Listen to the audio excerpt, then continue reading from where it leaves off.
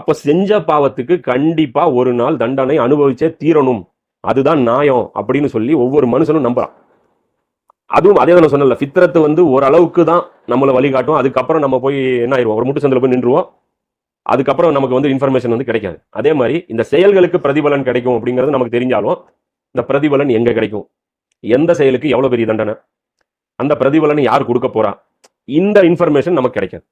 அப்ப நம்ம மனசு ஒத்துக்கிட்ட ஒரு விஷயம், நமக்கு ஒரு கிரியேட்டர் இருக்கிறான். நம்ம மனசு ஒத்துக்கிட்ட விஷயம், உண்மை யார் பேசினாலும் ஏத்துக்கணும்.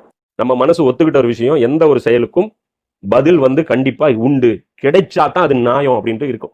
இப்ப இந்த 3 ஃபித்ரத்துடைய இந்த விஷயங்கள் யாரெல்லாம் வச்சிருக்காங்களோ அவங்க குர்ஆனை படிக்கும்போது அவங்களுக்கு எதுவுமே புதுசா தெரியாது. எல்லாமே அவங்க எப்படி ஃபீல் பண்ணுவாங்கன்னா, கரெக்ட் தானே, கரெக்ட் தானே, கரெக்ட் தானேன்னு ஃபீல் பண்ணுவாங்க. இந்த குர்ஆன் இந்த ஃபித்ரத்துல வந்து யாரெல்லாம் வந்து ஃபித்ரத்துக்கு மாற்றமா வாழ்ந்து பழகிட்டாங்களோ அவங்களுக்கு குர்ஆன் சொல்றது சரியா படாது. அவங்க அந்த வாழ்க்கை முறையை அடாப்ட் பண்ணியிருந்தாங்கன்னா அவங்களுக்கு அது சரியா படாது. இது ஒரு முக்கியமான விஷயம். அப்ப நம்ம குர்ஆனை உள்ள போனோம்னா நமக்கு என்ன கிடைக்கும், எல்லாமே ஃபித்ரத்து சார்ந்த விஷயங்கள் தான் கிடைக்கும். புரியுதா? இப்ப நம்ம வந்து முஸ்லீம்னு நம்ம சொல்லிக்கிறோம், ஆனா உண்மையிலேயே நம்முடைய ஸ்டேட்டஸ் என்ன தெரியுமா, முஸ்லீமே நம்ம இன்னும் கிடையாது. இப்ப நம்மளை பொறுத்த வரைக்கும் யாருன்னா வெறும் பெயருக்கு முஸ்லீம்னு சொல்லிக்கிற ஒரு பிறப்பு, நம்ம அவ்வளவுதான். நம்மளுடைய ஈமானுக்கு அல்லாஹ்விடத்துல சொர்க்கம் இருக்கா? கண்டிப்பா கிடையாது. நம்முடைய ஈமானுக்கு அல்லாஹ்விடத்துல சொர்க்கம் கிடையவே கிடையாது. மற்ற முஸ்லீம் அல்லாதவர்கள் வீட்டுல பிறக்கிற ஒரு குழந்தைக்கும், முஸ்லீம்கள் வீட்டுல பிறந்து நம்ம 5 நேரம் தொழக்கூடிய ஒரு குழந்தைக்கும் எந்த ஒரு சிறப்பும் கிடையாது. எல்லாமே நியூட்ரல் தான். எப்போ ஒருத்த முஸ்லீமா ஆக முடியும் அப்படின்னா, குர்ஆன் ஃபுல்லா ஸ்டடி பண்ணி, குர்ஆன் ஒரு முஸ்லீம் கிட்ட என்னெல்லாம் டிமாண்ட் வைக்குது, குர்ஆன் என்னென்ன வேலையெல்லாம் செய்ய சொல்லி உத்தரவு போடுது. அப்ப அந்த உத்தரவுகள் எல்லாத்தையுமே முதல்ல என்ன உத்தரவுன்னு பார்க்கணும். அதுல எதுல நான் செய்ய போறேன், நான் செய்ய மாட்டேங்கிறது நான் மனசுல முடிவு பண்ணணும்.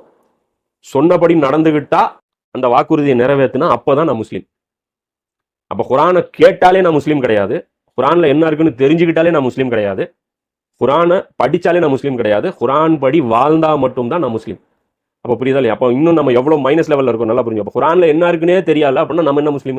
இப்ப குர்ஆன்ல என்ன இருக்குன்னே தெரியாம நம்ம எத்தனை நாள் என்ன ஏமாத்திட்டு இருக்கிறோம், முஸ்லீம்னு சொல்லி நாம ஏமாத்திட்டு இருக்கிறோம்.